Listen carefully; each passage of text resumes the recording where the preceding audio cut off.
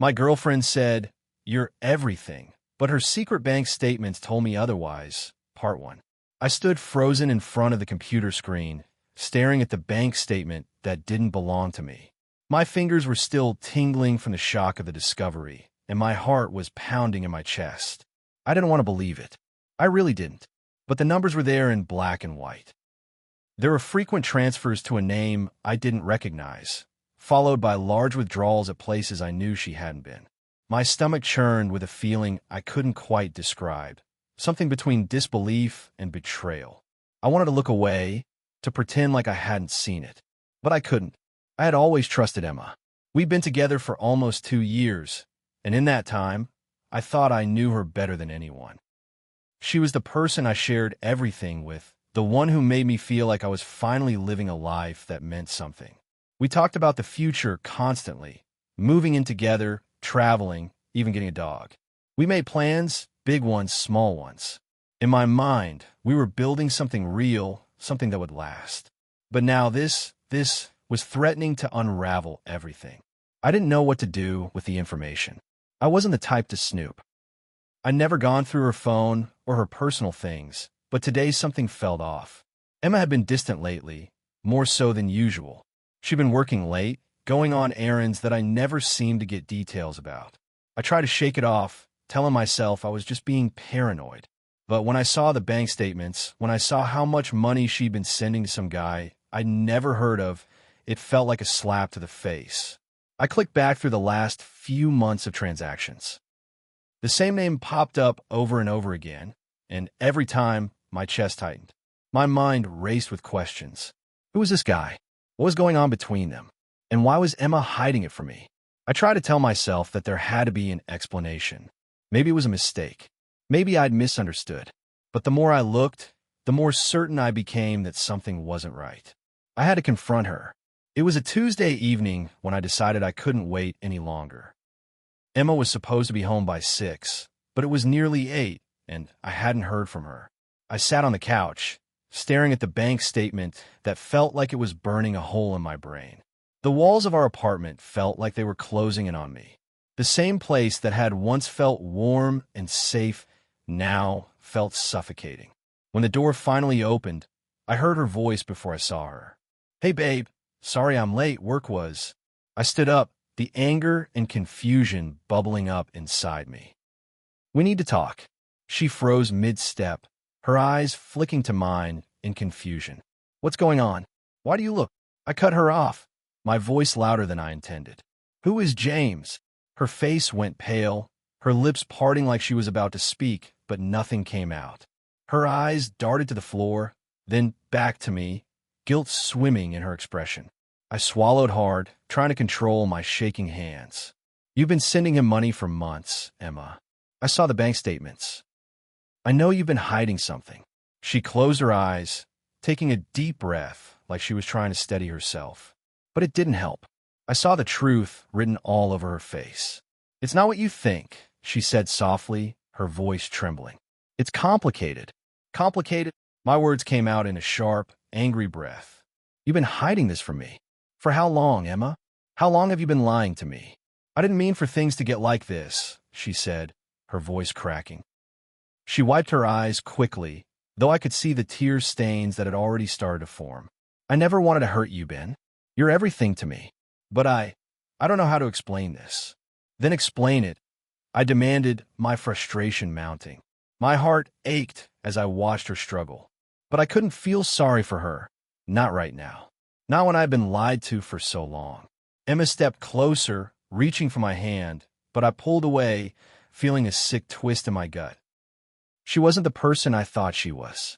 I didn't know if I could touch her without feeling the weight of the lies between us. "Ben, please. It's not like you think. James is someone from my past. I didn't want to tell you, but..."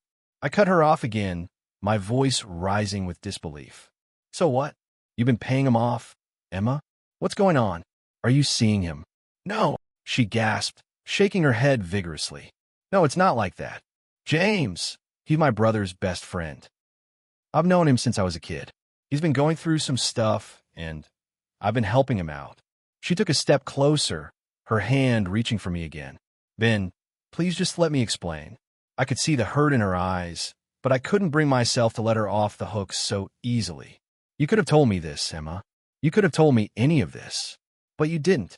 Instead, you kept it a secret, and I'm sitting here wondering what else you've been hiding. What else am I not seeing? What other lies are there?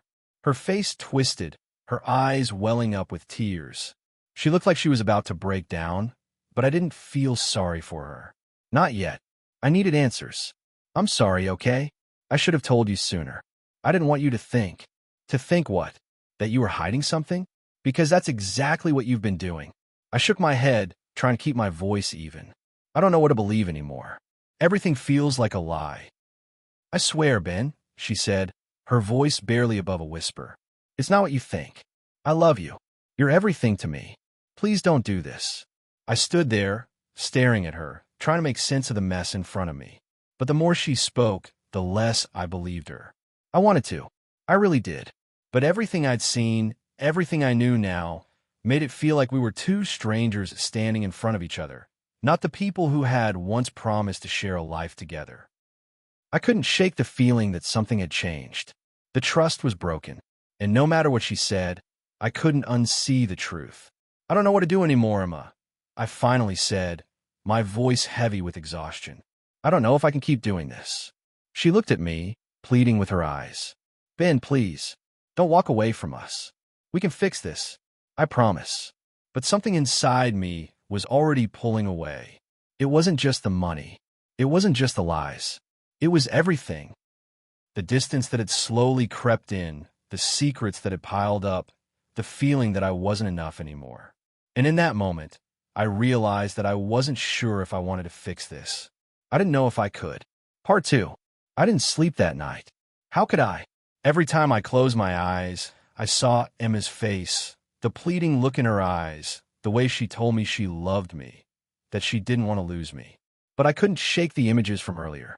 Her secret bank statements, her hesitations, the lies that had been building up like a tidal wave, all crashing down at once. The next morning, Emma was already gone when I woke up. I should have been relieved, I guess. After everything that happened, I needed space. But the apartment felt colder now, emptier. I couldn't bring myself to look at the spot where we used to sit and watch TV together, or where she'd leave her shoes by the door.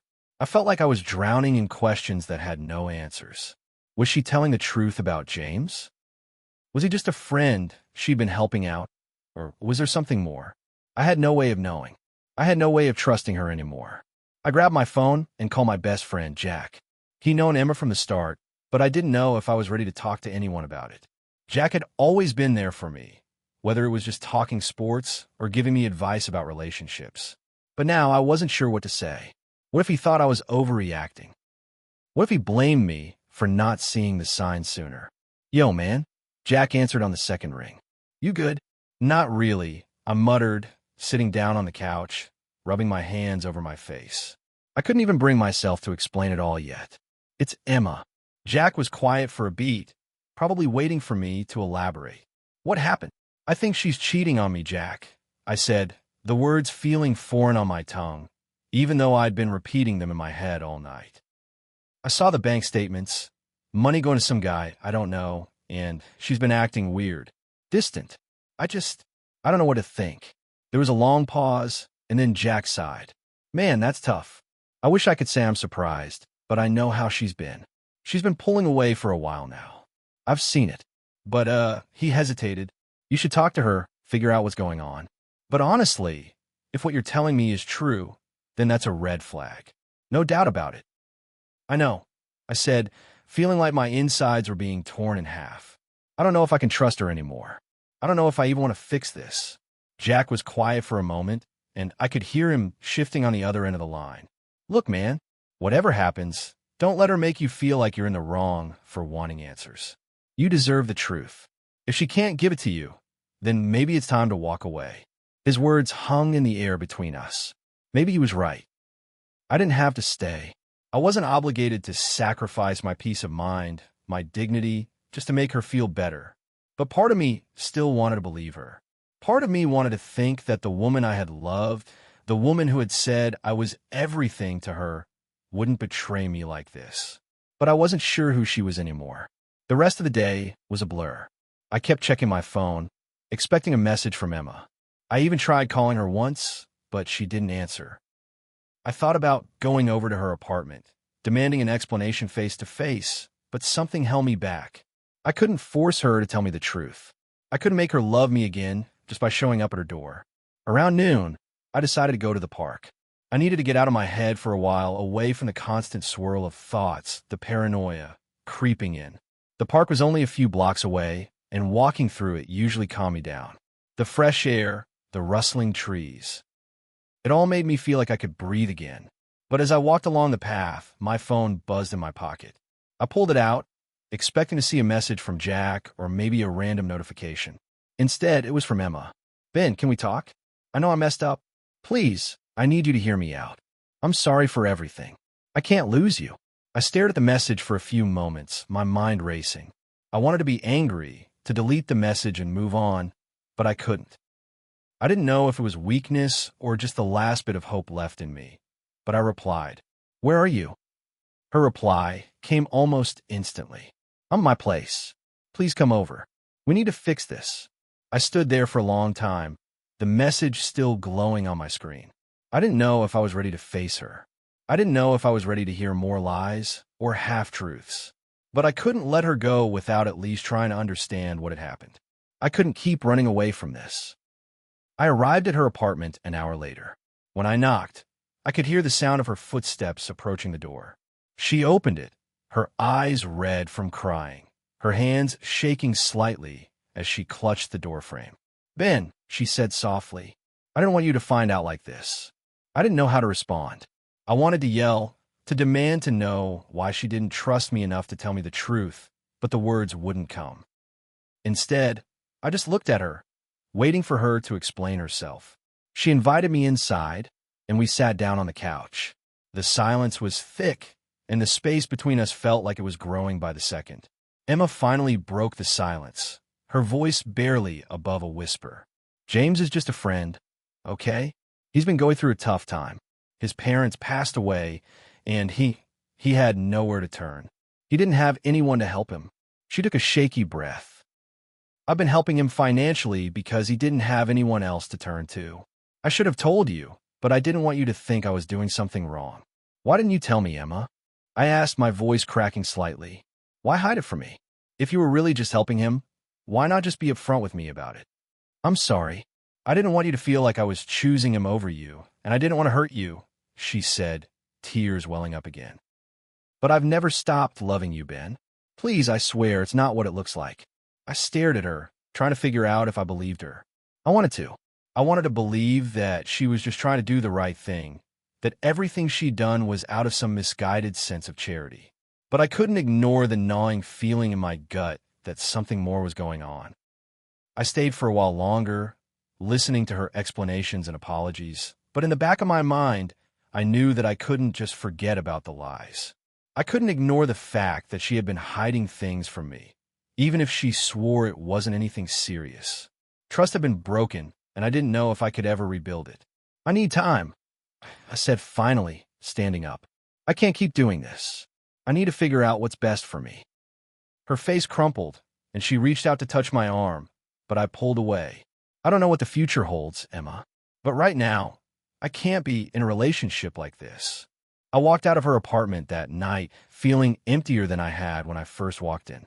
Maybe I was making a mistake. Maybe I was overreacting. But deep down, I knew that this wasn't the same relationship anymore. And I didn't know if I could ever look at her the same way again. The trust was gone. And maybe that was the hardest thing to accept of all.